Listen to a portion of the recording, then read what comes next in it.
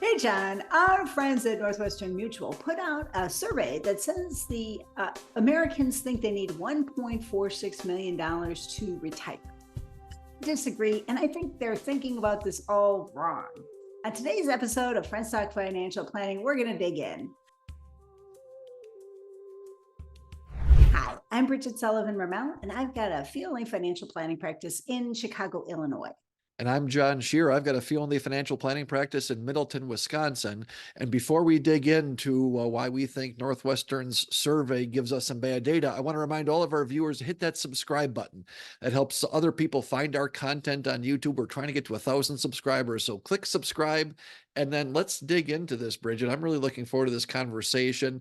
And just in the introduction, I love the specificity, right? 1.46 million. And then, once we get there, then we're all done, right?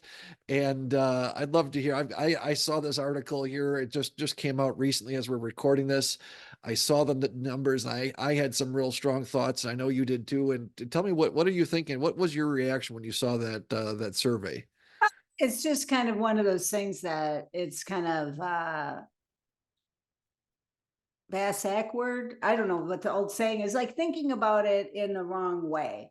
And I just think about the whole question quite differently than the way that it was formed with Northwestern Mutual, but also I think the way that people think about it. So I'm going to just be clear that, first of all, I think about it as the important question isn't how much money do you need, it's how much do you want to spend when you retire. That's because that's actually the main driver in how much money you need. So it's not about, it's all about spending. It's not about, and I'm not saying you have to spend less. I'm just saying that that's the actual important variable, not how much do you have in your pot. Yeah, that was exactly my reaction to it as well. Like, I think this stuff is really interesting. And one of the things I took from looking at the summary of the study that they published was that it had to do with what their feelings were, Right. how they thought about things, not necessarily like, oh, is that the right number? But that's where their emotions are, and their behavior maybe leads towards with that. I thought it was interesting that they've been doing the study. I haven't been in tune with it over the years, but 4 years ago, I think it was in 2020, that from then until now, over that period, that number has gone up something like 50%. It was something in the 900,000 range, Yeah. and now it's like 1.5 million, Right. right? So something significant. And that's where I take, like, has the real number for people changed that they need to retire? I mean, it maybe it's changed, but I don't think 50%. Right. But clearly people's perceptions, how they feel about this, has changed. I thought that was, I'm not sure exactly what to make of it, but I thought that was a really interesting point in Yeah. looking at that study. Yeah, because it says the gross numbers are people think they need 1.46 million, but they actually have 88,000 and some Yeah, right. change. So there's this big gulf, and I just think it reveals a lot of anxiety. That people generally have a lot of anxiety about uh, this gulf, and even for boomers. So they broke it down interestingly into generations, and so they Yeah. said boomers. I'm not sure exactly how they define boomers, but they said for boomers, the numbers were they think they need 990,000, and they actually have 120,000. So again, like even though the numbers might be a little bit more informed and aren't as extreme, it still shows this large anxiety. And this group is probably more informed also about what they really need. Yeah. So I want to just talk about a couple examples of people who might need a large amount in their retirement pot, and then people who really don't need amount. They don't need anywhere near 1.46 million. So one person I talked to recently is their spouse passed away 10 or 15 years ago, and they're the beneficiary of a pension, and the pension is decent. And the pension itself covers their spending. And it was a private company. And so on top of the pension, they also get Social Security. So but they're not really even spending their Social Security. So this person, this is probably an exaggeration, but I think an argument could be made that this person, how much they need is zero. Right. They're covered And Social Security, people forget, is indexed for inflation. That's one of the, it's not a perfect index, and they argue about what index to use. And some people don't like the index because they think it gives people too much, but it is indexed for inflation. And so that source of income is going to be going up. Yeah. And people don't realize, like, okay, a big part of your spending increase could be covered by the Social Security increase. If you're, Yeah, I love that example that you give, and to me it circles back to what you said before. It's about how much you spend, right? right, If that person was spending twice the amount that they were spending, perhaps, well then they need some money, right? So it all right, circles back to this idea. And it's interesting as I was reading the summary of the study, and I'm sure that they do some really in-depth. I mean, they're pros at doing these surveys, right? They ask good questions, but there's a lot of things I think are unanswered in that. I mean, one of them is, how much do you need for retirement? Is that my spouse and I? Is that me individually, our household? Is that including? Are you wrapping Social Security into it, or pensions and things? I mean, they probably answered it in some other places, or they addressed it. It wasn't really clear in the things that I saw about it.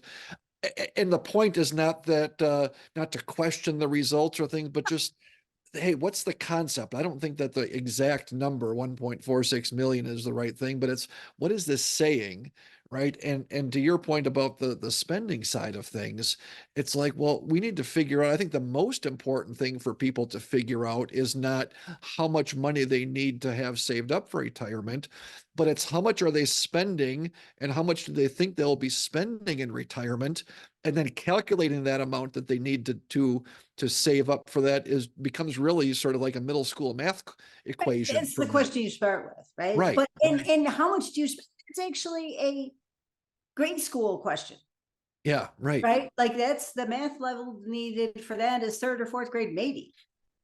And so you had a great story about some people that you knew that had a big gap. So Yeah, well, and it's just interesting. It sounds so simple, right? And so much of the things, so many of the things we talk about on our show and that we do in our professional life, it's not super complicated, but it also is not easy, right? Well, how much do you spend? We got to start with that. Well, geez, how hard can that be to figure out? Well, guess what? It's a lot harder than you might think it is. And again, from the perception, if you just ask people, well, how much do you spend? I bet you get a wide variety of numbers, maybe even between spouses. And you're right. We had somebody who would come in, and we talk about, well, how much do you spend? We'll sort of figure out how much you need. We'll figure out what we think your number is. And I was just talking with the husband in this case. He said, well, geez, I think I kind of did the math. Well, yeah, I bet, four or five, $5,000 a month, I think, something like that. I can't imagine we'd spend six a month, but yeah, so why don't you start with five, and we'll kind of work together when, I said, well, great. I gave him some homework. We've got some processes that we use to help figure out. I think it's really hard to figure out what you're going to spend, but it's relatively straightforward to figure out what you have spent. So I right. gave him this assignment. Hey, track what you have spent, and then we'll talk about it here. And so we'd put together some projections at 5,000 a month, and go, hey, retirement looks in pretty good shape for you in a few years here, And well, they came back and they said, uh-oh, we put together our actual spending numbers, and it was like 9,500 a month.